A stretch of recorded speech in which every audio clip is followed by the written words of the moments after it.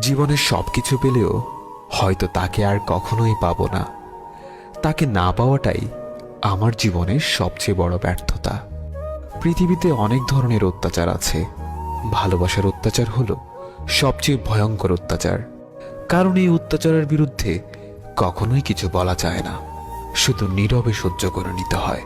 তুমি হয়তো আমার থেকেও হাজার গুণে ভালো কাউকে পাবে, কিন্তু তার মাঝে কখনোই আমার মতো সত্যিকারে ভালোবাসাটা খুঁজে পাবে না।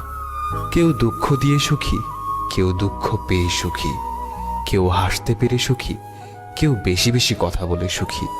তবে কেউই প্রকৃত সুখী নয়, সবাই অভিনয়ে সুখী।